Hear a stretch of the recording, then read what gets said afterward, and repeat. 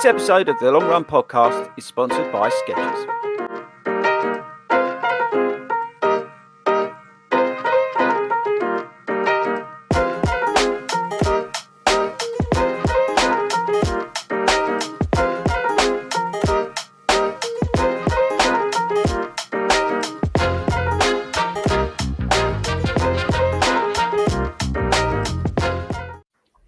Good evening, everybody, and welcome to one of our award-winning pre-recorded shows that we've done especially for you straight after our unboxing of the Berlin Marathon. Hence why I'm still in my Berlin top. The others have changed to pretend I haven't. they weren't here, but basically that's what we just did. Because tonight it's a pre-record because some of us are around, some of us not. So we thought, you know what, we would do a cheeky little pre-record so you don't miss out on the show while we're basically away. And tonight we're going to be talking about top tips for winter running, people, because running in the winter is something you're going to be all doing very soon. So we thought tonight we talk just for like half hour about sort of the challenges, the unique challenges that sort of running in the winter brings. Some of you guys and girls may have specific concerns that we're going to try and talk about tonight. So we've got sort of, I don't know. I don't like the word tips at all, but let's run through like several couple of sort of scenarios and things that may come across the everyday runner during the winter time. Before we do that, let's introduce the team. We've got the Hobbit here, Mr. Hayden Harbord. You all right, Hobbit? I'm all good. He was just eating crisps. It's a shame we didn't get him. You would have heard that. Ben's down there. Mr. Sub 4's down there. You all right, Ben? All right. Sub 4? He's run Sub 4 in the half marathon. And Marissa is there as well. Drinking yet, dear? No. What's up? What was that? Was I've got water. Oh, well done. She is running a marathon next week. Okay, so that was that. We are sponsored by Skechers. Get over to skechers.co.uk. We may not. This may never come out this episode. I just thought about this when I was just off getting a drink because we may get taken off by Berlin Events and Adidas after that last event. So you may never not listen to this. So the reason I'm saying that is basically don't hold back tonight because you can basically say, because this may never get aired. See what I mean? So get over Skechers. If you're interested in coaching through the winter, you've got a spring race or anything like that, go to FORDYruns.com. Drop me an email, hello@FORDYruns.com.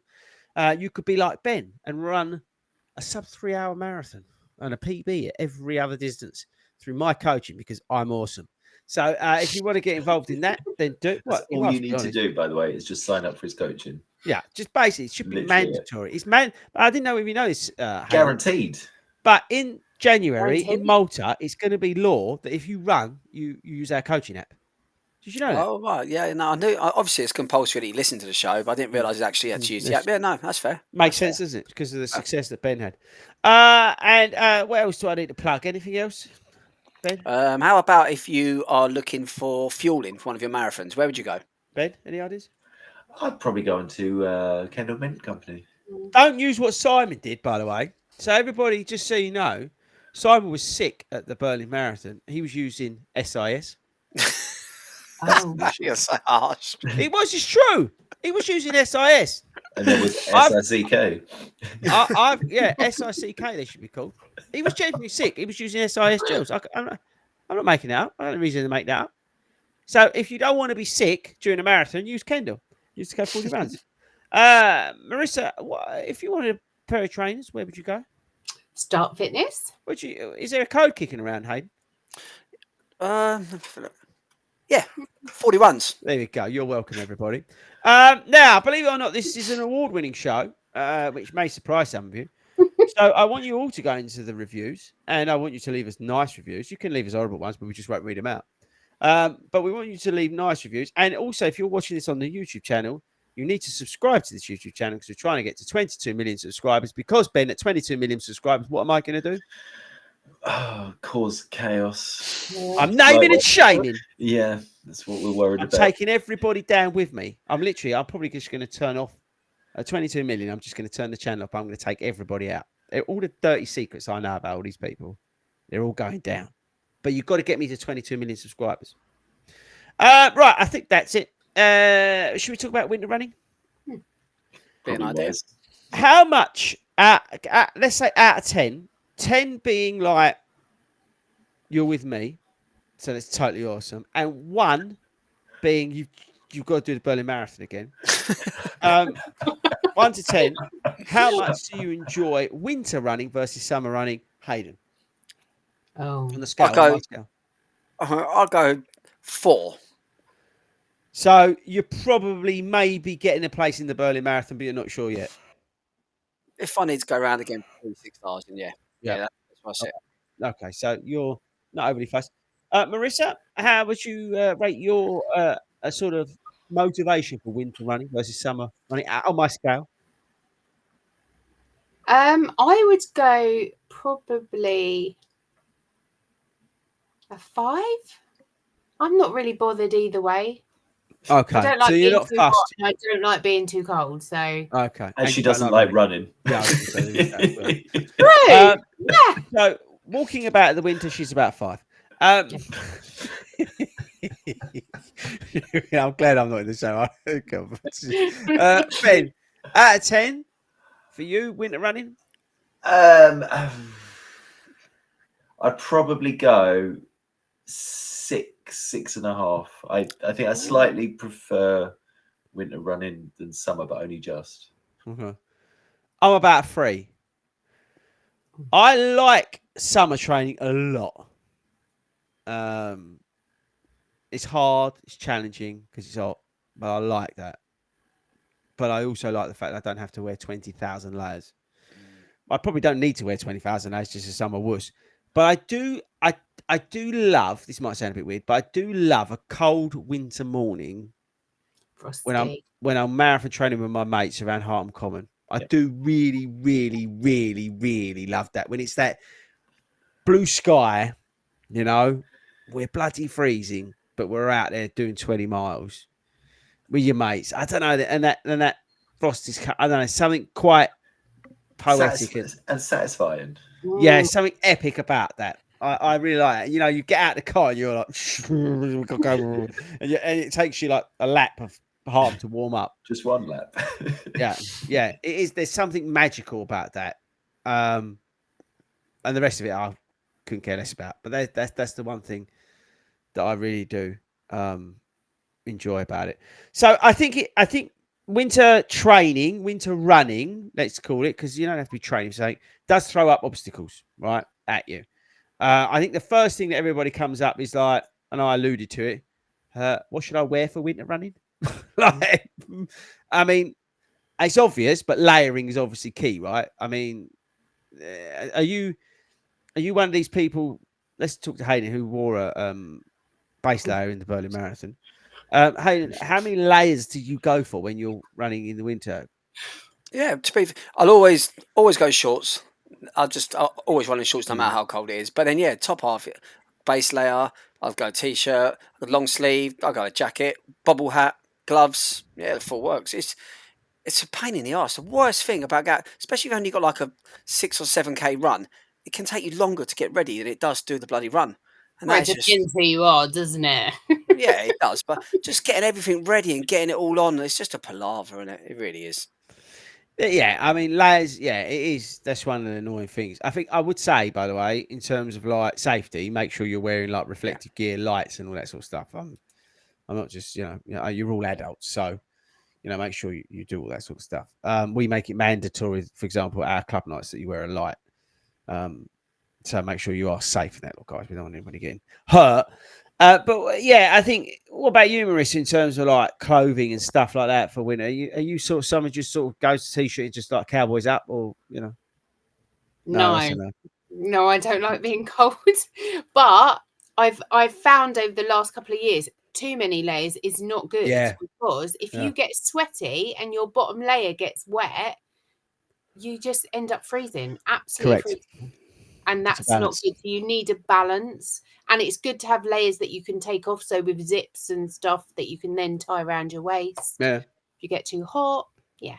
I can recommend Decathlon, by the way, for your winter running stuff. It's really cheap. It doesn't stink. Like if you go Sports Direct or get some of that, cheap stuff that they push out, after about twice in it, it like absolutely stinks and it won't come out.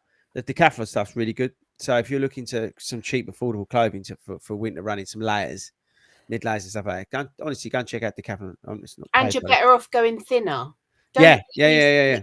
jumpers that have linings. It just makes you sweaty, and then you're defeating the object.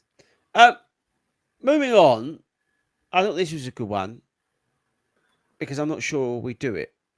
And that's why I put it on there. Do you warm up properly in the winter, Hayden, before like a high effort session? No. Or do you just get started because you're so bloody cold? I think it's a bit of that. I think every session I ever do, every run session I've ever done, I always try and incorporate the warm up in the first kilometre or first couple of kilometres. So I wouldn't do no sort of like stretching exercises, no, nothing like that at all. I get out there, get a first kilometre or 2 kilometres under my belt, even if it's really, really slow pace, then I'm ready for the high effort. But yeah, no, I can't stand there fanning around with all that. No. It is important, right? It's important all the time, but in terms of when your body's cold, right, even colder than normal, to prevent injury, I can't stress enough how important it is to do a warm up.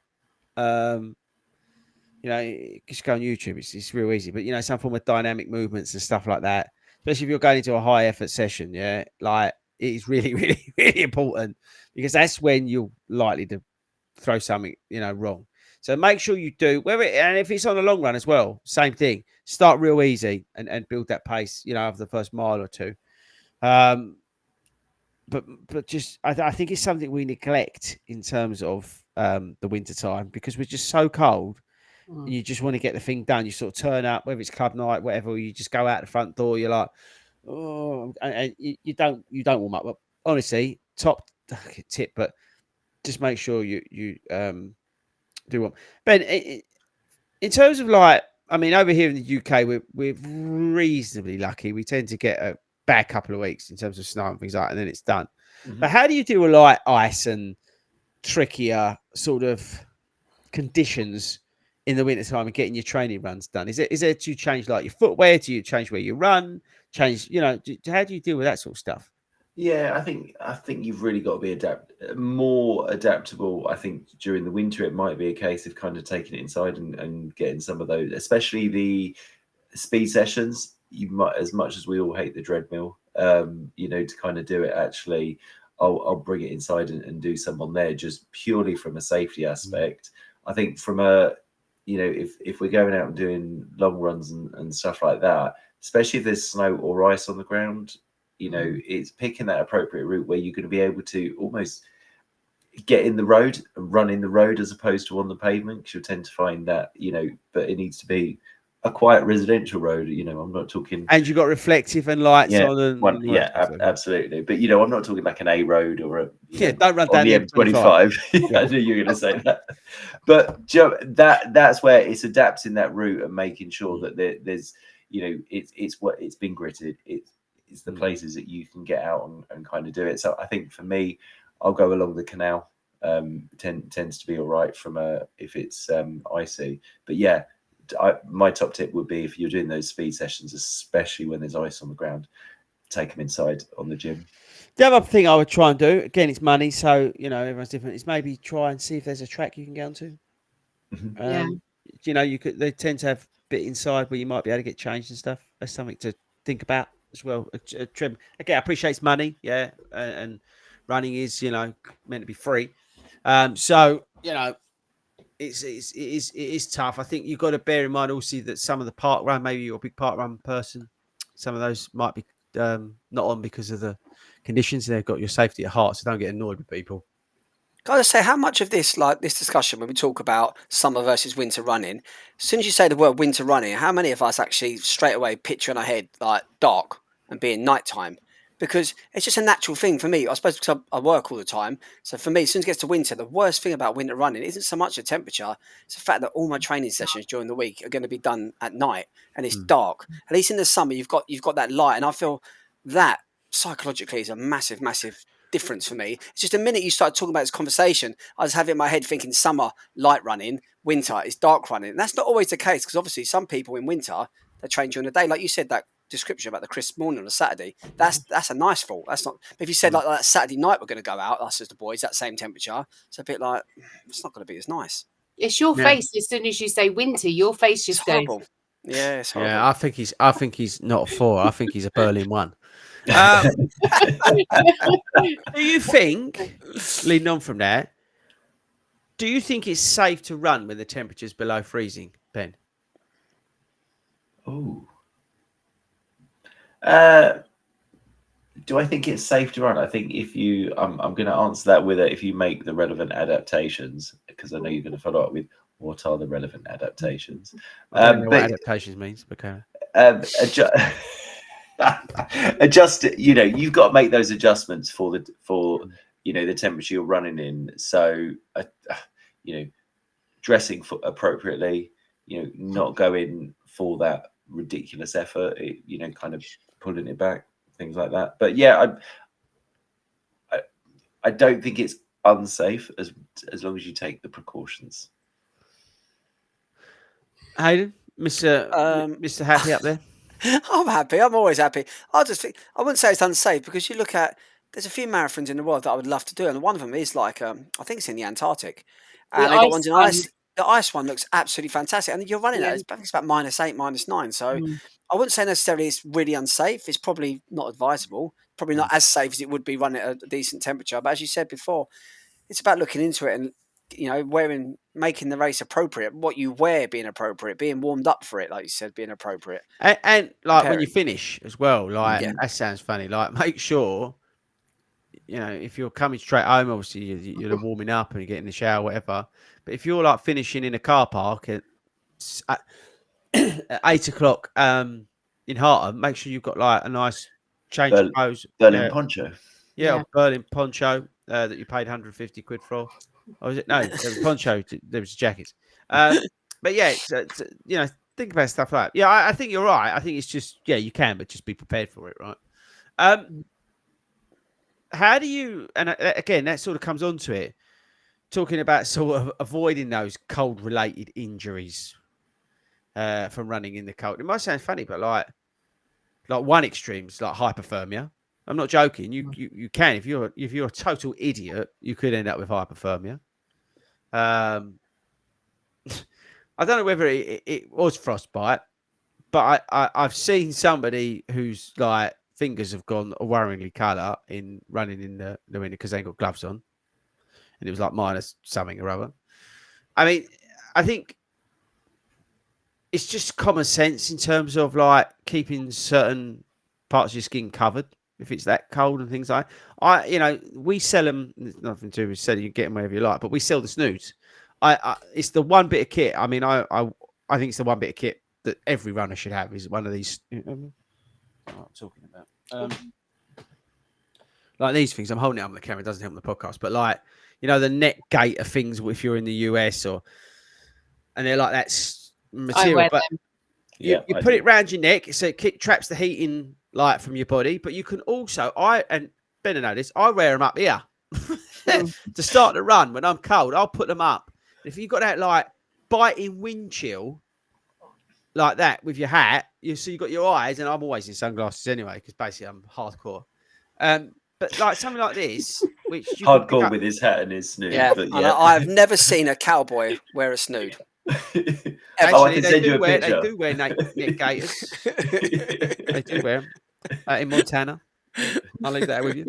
I'll show you a picture. I'll send it to you on TikTok. Is it a picture of you?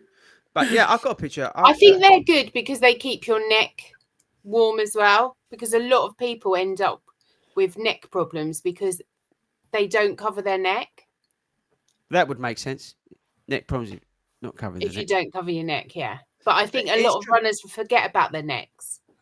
Honestly, just that something. And don't worry about buying them on the FORDY Run store. We sell them, but you can pick them up on Amazon for a couple of quid. You know what I mean? And honestly, it's they give them away sometimes at like races and stuff. Get yourself one because they can be really helpful in terms of like the heat and they're good for good for summer as well. Do you know what I mean? Like that's your kind of running, but so it's like all year round. They're great to have. But we're not talking about summer because that. But versatile, adaptive, whatever he's listening. How would you say running in the winter affects your performance? Ben, Mr. Sub 4. How would I say it affects my performance? I mean, I don't know that it. I don't know that it does from that perspective. Just from a. I did the winter 10K, like that was February, and that was bloody cold, and it was, So I think it is the preparation. It's the preparation, and and kind of training that you're training through those conditions, and so you're kind of used to them. So I think as long as you are sensible, adaptive, whatever word we're using to kind of long words tonight. Yeah, Hayden doesn't know how to spell any of them. I'm gone. Yeah. Well, look, I would say this. There's two things to think about. I would say, firstly, your body is working harder to stay warmer, so that will impact your stamina. There's no doubt about that. But I think one element that I think I suffer from, someone who's like, asthmatic during certain periods of the year and things like that, so my breathing's not particularly great, is the cold air in your breathing. It can really affect people. That cold air, it can really make it harder, especially on those hard efforts. If you're doing like a real big session, it feels like someone's ripping your lungs out because of the cold air. So don't underestimate that in terms of how that impacts your performance. And again, if you've got too many layers on, like you were saying, Marissa, because you decided that, all right, it's like 3 degrees, but you think it's minus 30 and you've dressed like that, that will make a huge impact on your performance. So your running might not be as good or feel as good, and you might be feeling a little bit harder because you're not dressed appropriately.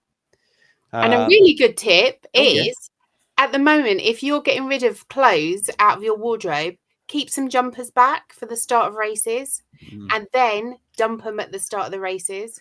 Like old jumpers that you're going to throw away anyway. Just keep them. That was funny. The races. This is totally unreliable. Right? I've got one more thing I want to discuss. Right? I can't believe you did that. Early in the episode, right? But we was all standing there in the queue, like in the Corral thing, and the thing's counting down and that lot. So we've gone, right, lads, let's strip off, taking off our stuff. I've got mine, right? And I've lobbed it, and it's clocked this geezer straight in the head. Isn't it, Ben? And then landed on his phone that he was reading as well. It literally covered him. So I've gone, oh no, I wish I ain't done that. I've done the second one, but I made it into a ball. So it's turned that one into a missile and then done some other geezer with it. Because I throw like a not a very good thrower. And I threw it over and I basically took 2 people out, didn't I, Ben? Yeah, it was brilliant. Because we watched and then they both looked up, but we all just hiding around. It was him, the little fella with the hairy feet. It's actually a really good tip when you're in these corrals, and Chicago's really notorious for it. Never ever queue up, never stay on the edges of the corral. Go into the middle because that happens all the time. You'll be doing this for like ages, things hitting your head. It's horrible. But you also stay warmer as well in the middle of the corral. Yeah, body heat. Yeah. The last thing I want to discuss, sort of, and it's a great way to finish the episode, is how to stay motivated during the winter. I mean, Hayden's face says it all, right? How on earth do you stay motivated when it's -5, it's peeing down the rain, it's dark, all that sort of stuff? Now, I'm just going to say a few things that I would do. I would set goals, right? I would look to run at FORDY Runs Running Club. We've got 60 of them around the country, or join the global run crew that go out twice a week. I would look for sort of winter races to keep you motivated as well. I know, I appreciate, again, we're trying to, keep costs down. I would look at apps like Cooper. You can get a free trial at fordyruns.com /Cooper. And you can, use that for a period of time to get you through maybe like a speed session, a speed plan that they do on there or something like that to keep you motivated during those winter times. Get yourself along to parkrun because it's in the daylight on a Saturday. Things like that, I think, are good ways to get motivated. I think the best thing, though, there personally is one, to set a goal, but also try and get yourself along to a local run group. Don't be put off just because, there's certain groups out there, and we won't go into that today.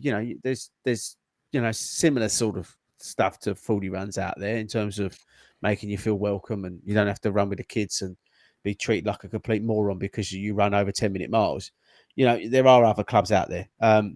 So I would try and get along and find your local one as well, because I think that's great. And as I said, you as part run. What about you guys? I mean, Hayden, you look as miserable as sin. How are you going to stay apart? I'm miserable. You keep going on about this, don't you? I'm not miserable, but I think you touched on the very first thing. For me, I'm very focused, so it's sort of if I'm going for a I've spring just marathon. realised you've changed your hat. Have I changed my hat? Maybe I did. So for me, you throw me off now. So normally, if we go for a spring marathon, so we're talking round sort of London time, Manchester, Brighton, that sort of time. You know, your plan starts 1st of January, and it's bloody cold, it's bloody dark, and it's not very nice. But I find if you've got a plan, you've got a training plan. That's 16 weeks. For me, it's just about ticking off. It's having that structure. It's knowing that it might be cold, might be freezing cold. But I've got 3 runs to do this week. I need to get them done. It's as simple as that. I think once you start doing that, you start ticking over the weeks, and the weeks count down. You're getting closer to race day. Before you know it, you get into that groove where you just know you come home, you get changed, you go out for your run, you get it done, you get home.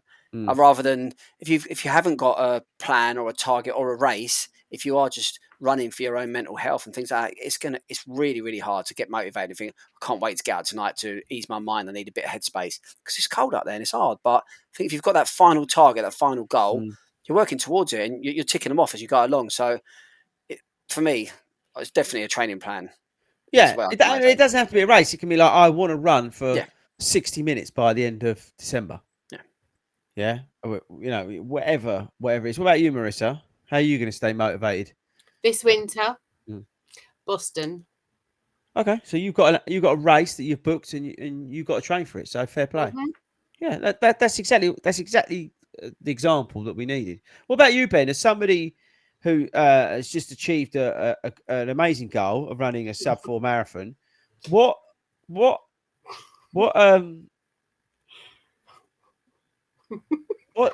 no, I'm trying to find the right word. How are you going to get motivated? Because you've just obviously you've come off the high of that. It must be harder, even harder to be in such an intensive training block. It's probably the best way to describe it. How are you going to? Obviously, you're going to be with me every weekend, but how are you seriously going to? No, how are you going to stay motivated over the? I'd say genuinely, that is one of the you know, and I'd say to people, as you know, Hayden's point, get races booked in and kind of start that training plan. I really like having the structure of a training plan, something to tick off and feel that sense of like achievement. But I would genuinely say, you know, it's either make sure if you can't get along to a run club, you've got a friend who you kind of run with, get those booked in so that you hold each other accountable. Yeah. Even if you're not going to go out for that run with someone. I remember probably last winter, there were times when I was probably struggling for a bit of motivation. And I messaged you, Chris, and you would basically just told me to cowboy up, I think, and get out there. But it's almost that thing of, you know, I think during the winter it's harder to hold yourself accountable because there's all that, you know, to Hayden's point. That's the one thing I don't like is the dark. I don't mind the cold. It's the dark that I get in from work and I'm just like, oh God, I've got to go out. Keep your light charged. Make sure you check the battery on your light kind of regularly. But I think either go out, plan a run with someone, or tell them, you know, I'm going out for a run tonight. And when you message them and get home and you're like, oh, I really can't be bothered, they will message you back and tell you, you know, and hold you accountable for that. Yeah. Chris, can I ask you a question actually from a coach's perspective? Again, with winter running, would you feel differently for a winter run as opposed to a summer run? In a race or a long training block, if you're doing would you, if you have a marathon in November or a marathon in June, would you feel differently for them? I would take probably more on in the morning, so my belly's a little bit fuller. I can give you an example. When I do a long run in the winter. And I'm talking 18 for a long run for me, and that's not to be big-headed, right? That's just saying for me, I class really 16 to 8, like that's sort of longer distances now for me. I tend to have a larger bowl of porridge. So I make What are you laughing at? What a daddy bear one. That's what I was just about to say. It's like Goldilocks and the Three Bears. Yeah, You I are. know where this is You're leading. I right. know where this is leading. Here we go. What? I'm going to be baby bear, and I. No, Is that maybe Goldilocks? no, I'm being serious. I would recommend having a slightly fuller stomach feeling when going out and doing a longer run or a marathon or something in the winter, just to give you, again, your body is working harder to warm itself up, basically to give it more fuel to get the engine started. Does that make sense? So I will, and you all laughing, but I always have, before a race, I have a sachet of porridge, right? That's what I have. In the winter, if I'm doing that longer run or I'm doing a race, I'll have a sachet and a half. That's what I would recommend. That's what I'd recommend. It's just adding that little bit extra because you're having to work a little bit harder at the start because you're colder. Does that make sense? Does that answer your question? Yeah. I was just curious about it. I don't even think it's something that I've even ever thought about. I think I've almost tried and do. I mean, there same is as always. probably science and all that sort of stuff, but as somebody who gives advice out and recommends, that's what I tell my runners. So Your body has to work harder in the winter to even warm up. That's what I said. Yeah. So you have to think, again, starting a cold engine is basically what you're doing. Yeah, it's like anybody who knows, about that sort of stuff. You will use more fuel at the start when you start the car up in the winter than you would, and you'll use more of the battery and all that sort of stuff than you would in the summer. Your body's the same thing, so it needs a little bit more fuel, needs a little bit more in it. So I would always recommend having that little bit more. Now, whether that could be simple thing that you maybe have a caffeine gel slightly earlier, but it depends on your tolerances. Yeah, maybe you add that in. It's all an individual thing, but what I would say is just, I personally recommend increasing that breakfast quantity, not the actual fueling through the race, but the breakfast quantity. So you start a little bit more in your tummy. Cool. Makes it, but practice that through the minute. Now we have run over. What I was going to add in is the other thing you could do, because I thought about this while you was chatting. You could drop a run and go to the gym, work on your strength. If the weather's a bit crap for a couple of weeks, add an extra gym session in. If you can afford a gym or do it at home, you're still winning by doing 30 minutes, hit session on the TV instead of, because it's maybe a bit icy to go out. That's something else you could do. And then again, you're building that strength because that will ultimately help you. That's something to also think about. Right, that's it. Top tips for Hayden running in the winter and being not miserable is over. If you would like to see Hayden smile, please email haydenpleasesmile@gmail.com. That's my email address you just given out again. That's 2 weeks running. Well, or they could ring you on 07787427613. They could ring you on that number as well. Cheers, mate. Thanks. You're welcome. I don't know what's happening next week. I've got no clue. I'm trying to work out the outro here. So talk amongst yourselves.